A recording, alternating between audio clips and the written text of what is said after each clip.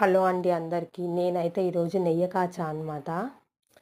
చాలా అంటే చాలా బాగా వచ్చిందండి. మీకైతే మాత్రము ఈ వీడియో కావాలి అంటే మాత్రం తప్పక కామెంట్ చేయండి. అలాగే మీ ఇంటి గంటతో పాటు మా ఛానల్ గంటను మోగించండి. లైక్ చేయడం మాత్రం మర్చిపోవద్దు. నేనైతే ఎప్పుడు కూడా పాల మీద మీగడతో వెన్న చెయ్యనండి. ఎప్పుడు నేను పెరుగు మీద మీగడతోనే అనమాట వెన్న చేసి దాన్ని నెయ్యి చేస్తా అనమాట. ఎందుకంటే అది స్మెల్ అనేది చాలా బాగుంటుంది, హెల్దీ కూడా అనమాట. అందుకోసమే నేనైతే మాత్రం ఎప్పుడు పెరుగు మీద మీగడతోనే చేస్తాను. అదీగాక ఆ స్మెల్ అనేది మనకి 3 మంత్స్ వరకు అలానే ఉంటుందన్నమాట. అప్పుడు మనము తినడానికి కూడా చాలా బాగుంటుంది ఆ కమ్మటి వాసనకి.